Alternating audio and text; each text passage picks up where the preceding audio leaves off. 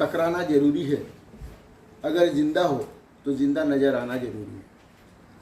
वसीम बरेलवी का ये शेर कई लोगों पर पूरी तरह से जचती है, खास करके उनके ऊपर जो संघर्षों से आगे बढ़कर खुद को निखारते हैं और एक मुकाम को पाते हैं। नमस्कार, मैं विनय पांडे, मुनादी न्यूज़ में आपका स्वागत है। हम आज एक बहुत ही पॉजिटिव स्टोरी लेकर के आए हैं। एक ऐसी महिला की कहानी जिन्होंने डोमेस्टिक वायलेंस के बाद खुद को निखारा, आगे लेकर गए और संघर्ष शुरू किया।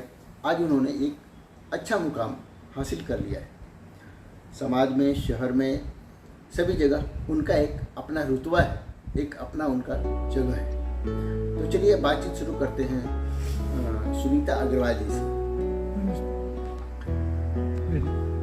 सबसे पहले ये बताएं कि संघर्षों का सफर कैसे शुरू हुआ? देखिए, पहला तो मैं ये बताना चाहूँगी कि मैं भी बहुत ही एक टिपिकल अग्रवाल फैमिली में मेरा जन्म हुआ था, और जो साधारण परिवार में लड़कियों की परवरिश होती है, बस उसी स्टाइल में मेरी भी परवरिश हुई थी। मगर शुरू से ही मैं थोड़ा शिक्षा का मुझे बहुत ज़्यादा जुनून था, तो मैं घर से विरोध करके भी मैंने मास्टर की डिग्री ली समाजशास्त्र में। और जब लड़की अपने घर पे रहती है, अपने पिता माता के घर पे रहती है, तो वहाँ मैं नहीं सोचती हूँ कोई भी तरह का संघर्ष होता है, और मुझे भी नहीं था। मैं मध्यम वर्गीय परिवार से थी, मगर जितना भी हमारी आमदनी थी फादर की, हमको लगता था हम स्वर्ग में रहते हैं।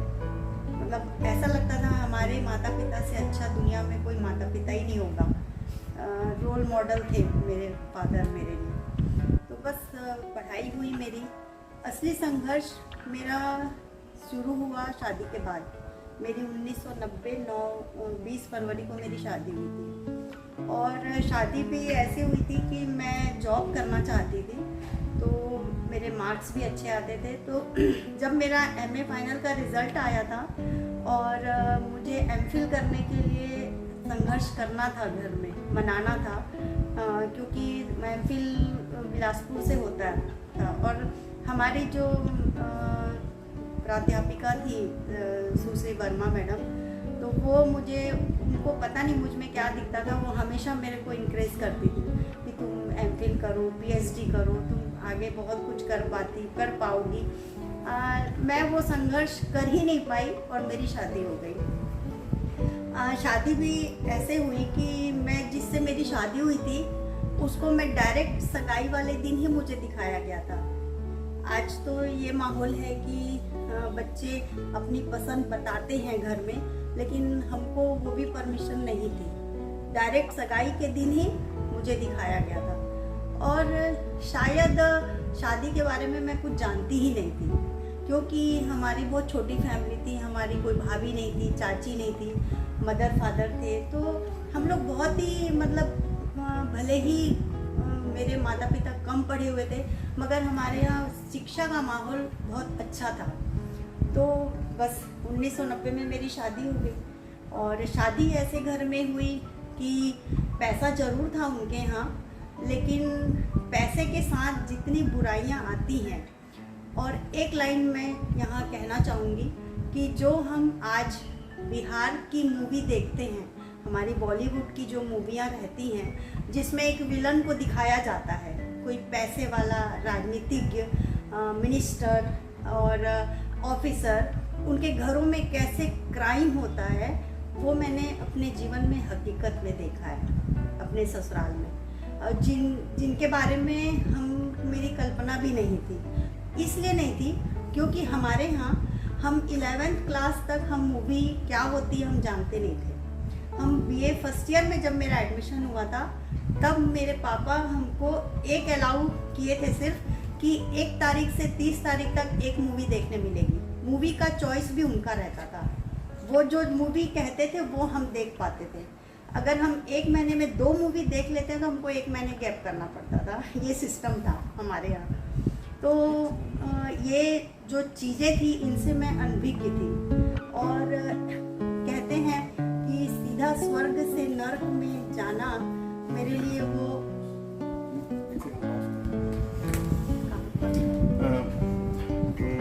मूवी देखने के लिए आपके यहाँ आज़ादी नहीं थी। और चूंकि उसका कारण ये था कि मेरे मदर फादर दोनों ब्रह्मा कुमारी संस्था से जुड़े हुए थे, तो हमारे घर का परिवेश भी वैसा ही था।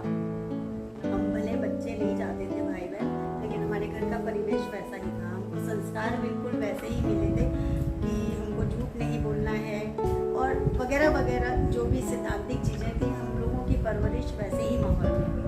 वहाँ से निकल के सीधा मैं ऐसे जगह पहुँच गई थी कि जहाँ औरतों का अभी उस परिवार को मालूम नहीं था। सच में वो एक बिहार की एकदम क्रिमिनल फैमिली थी और वहाँ मैं 5.5 साल अपना जीवन बिताई। वो संघर्ष अगर मैं बताऊंगी तो शायद बहुत लंबा हो जाएगा। बस वहाँ से मैं इतना ही कहूँगी कि मैं जिंदा वापस आ गई। मतलब छोटे शब्दों में कहूँ तो हर 10 मिनट के बाद मेरे साथ क्या होगा ये मुझे भी अंदाज़ा नहीं था। मतलब उस डर से शायद मैं ये भूल गई थी कि मैं पढ़ी लिखी हूँ। उस माहौल में मैं अपने आप को भी भूल गई थी। और यहाँ से मुझे सहयोग इसलिए नहीं मिलता था क्योंकि मैं अकेली थी। अपने माँ बाप की एक ही बेटी थी और बेटे 2 थे उनके। तो वो लोग हमेशा यही कहते थे कि आज नहीं कल सुधर जाएगा माहौल। और उस समय कम्युनिकेशन का इतना बड़ा गैप था कि STD आप समझ सकते होंगे। STD अगर आपको बुक करना है तो 15-15, 20-20 दिन में कॉल नहीं होता था और हमारे घर में फ़ोन था भी नहीं यहाँ। तो कम्युनिकेशन के अभाव में मैं अपनी चीज़ें बता ही नहीं पाई कभी अपने घर में। तो वो लोग मेरी समस्या से रूबरू ही नहीं हो पाए। और बस इतना ही था कि कभी एक आध बार जब भी मेरा आना होता था तो मेरी माँ मुझे हमेशा कहती थी, तुझे देख के मुझे लगता नहीं है तू खुश है। लेकिन मैं उनकी खुशी के लिए मैं साइलेंट रहती थी कि जब फादर से मैं शेयर करती थी, मेरे ब्रदर से शेयर करती थी, लेकिन वो हमेशा यही सोचते थे कि आज नहीं कल स्थिति सुधर जाएगी। लेकिन मैं उस संघर्ष में मैं हार गई थी। तो मैं डिसीजन लेके मैं स्वयं ही वहाँ से निकल के आ गई। तो फिर ये कैसे आपने अपने आप को स्टेबल करने के लिए सोचा? स्टेबल करने का ऐसा था कि मेरी मदर मेरे आने से पहले ही 1993 में मेरी मदर की डेथ हो गई थी और मैं यहाँ आई थी 1995 दिसंबर में। तो जब मैं आई थी तो मेरे फादर भी कैंसर से पीड़ित थे। घर में कमाने वाला कोई नहीं था। दोनों भाई मेरे से छोटे हैं।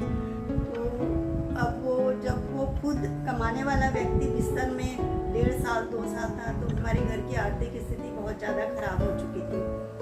उस आर्थिक मतलब कमाने वाला ही आदमी अगर बिस्तर में है तो आप समझ सकते हैं कि हम लोग कैसे अपना परिवार चलाए होंगे। तो उसके बाद ऐसा हुआ कि मैं तो वापस आ गई, मेरे फादर की भी डेथ हो गई। उस संघर्ष में हम लोगों का अपना जो खुद का स्वयं का पैतृक मकान था, हम लोगों को उसको सेल करना पड़ा क्योंकि पिताजी के इलाज में बहुत पैसा खर्च हुआ था।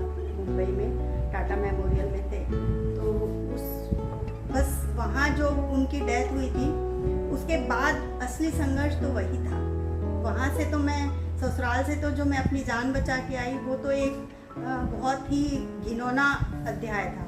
लेकिन असली संघर्ष मेरा यहाँ से शुरू हुआ था क्योंकि मुझे तो रोटी भी कमानी थी। हम किराए के मकान में रहते थे। हमारे पास 800 रुपये देने के लिए भी पैसे नहीं होते थे।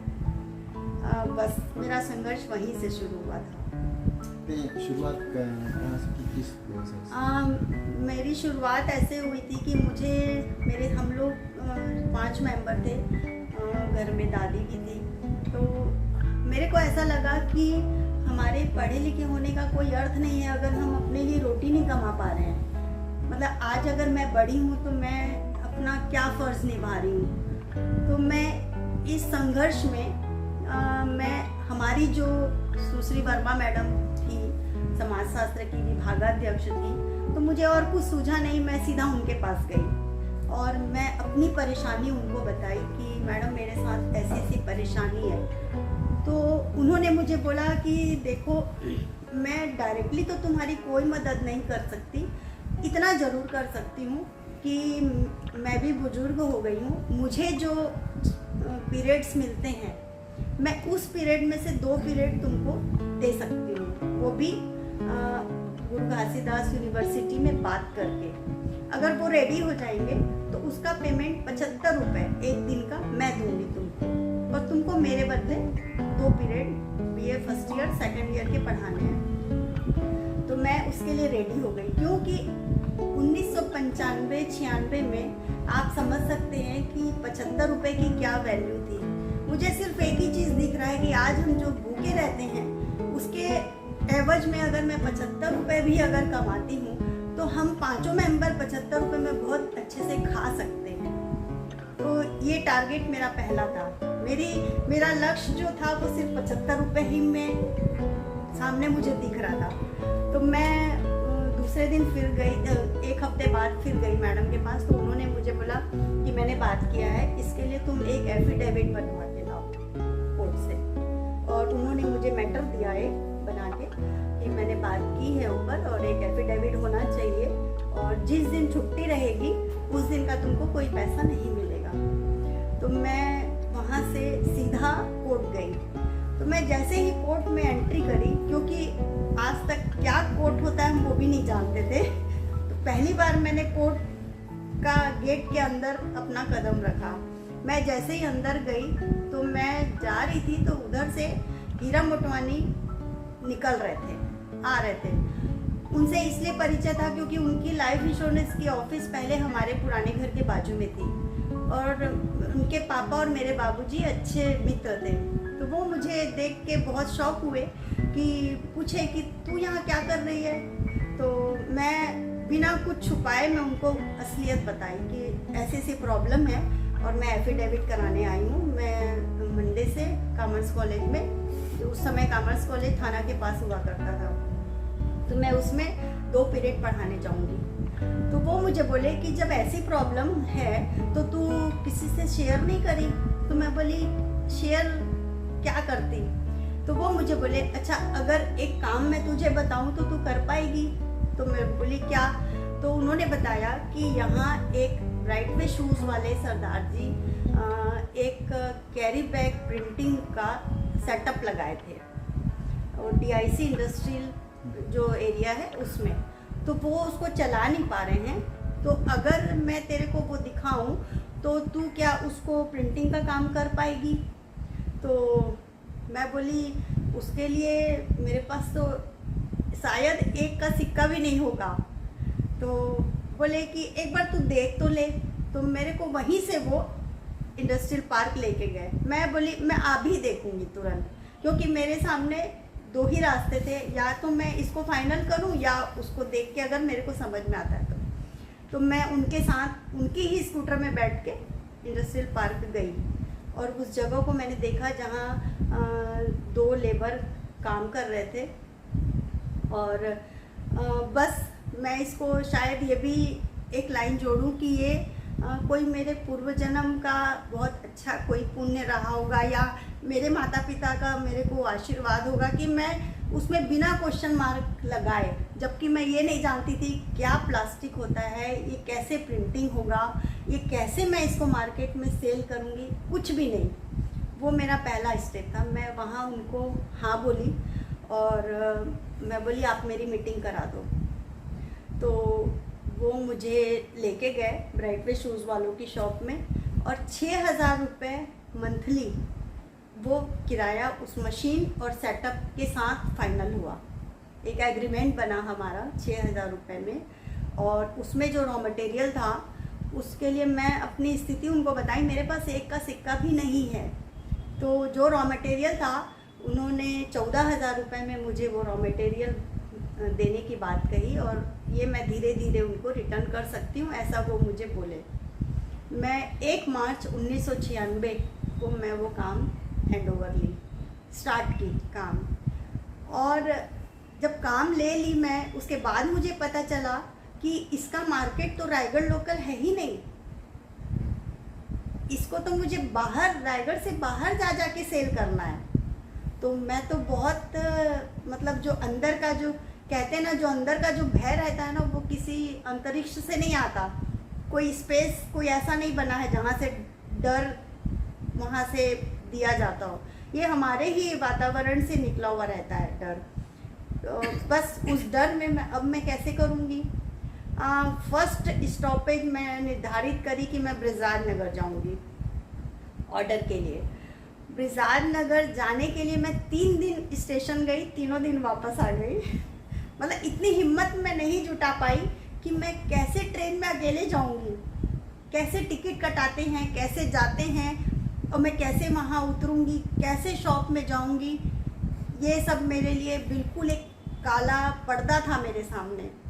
लेकिन सामने 6,000 रुपये दिख रहे थे, उसको 6,000 रुपये महीने देने हैं। फिर दिख रहा था कि मेरे को घर में खाने का भी जुगाड़ करना है, और मेरे ही घर के लोग, मेरे ही आसपास के लोग, जिनको हम रिश्तेदार कहते हैं, हमारे पड़ोसी कहते हैं, उन लोगों से जो मुझे एक ये बात सुनने मिलती थी कि ये काम नहीं कर सकती, मैं ये काम कैसे कर सकती हूँ, मैं कैसे लोगों के पास जाके ऑर्डर ला सकती हूँ, तुम कैसे इस काम को चैलेंज के रूप में ले रही हो, नहीं कर पाओगी। वो नहीं नहीं नहीं वाला वर्ड मेरे लिए हाँ हाँ, जितने बार मैं नहीं नहीं सुनती थी, मेरे को लगता था ये मैं हाँ में ही कन्वर्ट करूँगी। तो मेरा असली संघर्ष वही था, और इतनी कृपा रही ईश्वर की कि मैं उसके बाद कभी मुड़ के नहीं देखी, और मेरा वो काम धीरे धीरे बहुत अच्छा आगे बढ़ा। कई अच्छे लोग मिले उस सफ़र में, जिन्होंने मुझे बिजनेस के हिसाब से कई ऑर्डर ऐसे दिए कि 3-3 महीने के ऑर्डर रहते थे मेरे पास, कि मेरे को 3 महीने तक इस ऑर्डर को फुलफिल करना है। उस दौर में जब आप संघर्ष करके आगे बढ़ रही थी धीरे धीरे, तो कोई ऐसा मोमेंट आया जिसमें आपको लगा हो कि मुझे अब शादी कर लेना चाहिए फिर से? नहीं, मुझे कभी भी ऐसा मोमेंट, अगर मेरे को बाहरी वातावरण में, व्यापार में, घर में, अगर मेरे सामने कोई ऐसी परिस्थिति भी आई ना, तो भी मैं शादी के बारे में कभी नहीं सोची। क्यों? उससे मन उब चुका था? हाँ, इसलिए कि मैं शादी करना ही नहीं चाहती। जब मैं वहाँ से आई थी तो वहाँ पे रह के मुझे लगता था, अगर ये जो टॉर्चर है, अगर हमारा समाज, हमारा धर्म, हमारे माता पिता अगर इसको शादी कहते हैं, तो शादी शब्द को धर्म से हटा देना चाहिए। शादी का अर्थ वो नहीं था, इसलिए मैं शादी करना ही नहीं चाहती थी।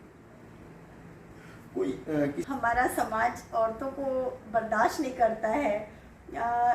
वो कहता है बाहर से, हर पुरुष ये कहता है ऊपर से कि नहीं नहीं, महिलाओं को बिल्कुल बराबर आना चाहिए, लेकिन जब देखता है कि ये महिला हमसे कुछ आगे निकल रही है, तो वो अंगूर खट्टे वाली कहावत लागू हो जाती है, और सामने वाला ये सोचता है ये कैसे इसका डाउनफॉल में कैसे जाए। महिला होने का फायदा मिला। ये गम के और 4 दिन, सितम के और 4 दिन, ये दिन भी जाएंगे गुजर, गुजर गए 1000 दिन। यही सोचकर हर कोई आगे बढ़ता है, और इन्होंने भी अपनी ज़िंदगी में यही सब सोचा, सीखा, आगे बढ़े, आज एक मुकाम पर हैं।